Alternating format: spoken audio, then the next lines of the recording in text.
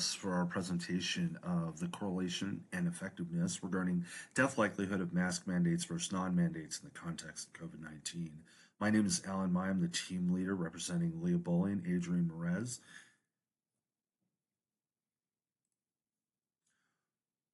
So the motivation for our research is that we wanted to clear up conflicting information. It's easy to find information from both perspectives for mask mandates and against mask mandates.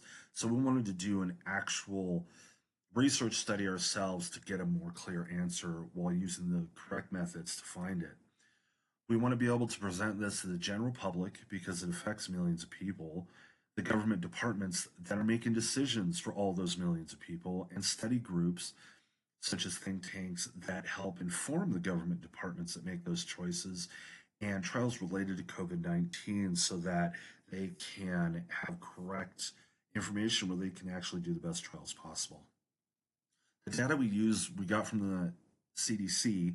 We got it for two states, Florida and New York, because they have similar demographics, population, where people are urban and rural wise, and they definitely have opposite takes and approaches on using statewide mask mandates or lack thereof.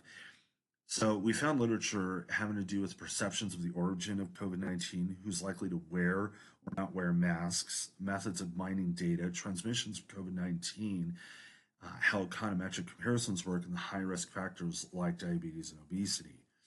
Our main approach was to do an econometric study using quantitative values in order to be able to paint a picture in the context of these mask mandates that are statewide or no statewide mask mandates.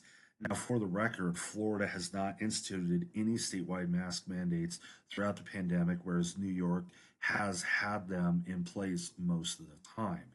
And it's important because we can get more directly to the point of those mandates. The way that we approached it was using descriptive statistics and other measures, finally doing correlation regression analysis. Now, if you look at the Lollipop graphs, you'll see that Florida has an intuitively understandable rise in cases and then rise in deaths. However, New York has an interesting result where it's pretty consistent cases overall on average, whereas the deaths actually keep going down over this 3-month period. Definitely an interesting result.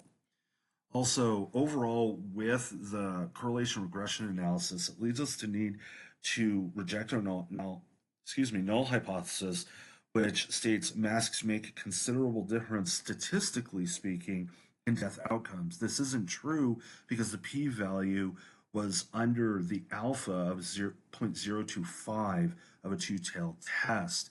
Also, you can see that New York is actually more highly correlated, and there's more relationship between getting COVID-19 and dying from it, and it's actually the state with the statewide mask mandate, which is very interesting.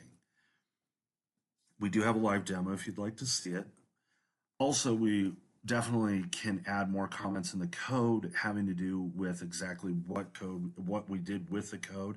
More explanation of the what's and whys. We've added some to it if you look at it, and we can go ahead and clean up some of the final code and make it more efficient. That's always the case with coding.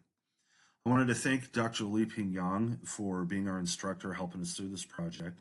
Thank Leah Boley and Adrian Merez for being great team members. They did a lot of work to make this successful, and a special thanks to Dr. Villa. She gave us an econometric research study she did that was actually published. So thanks so much for joining us, and have a great day.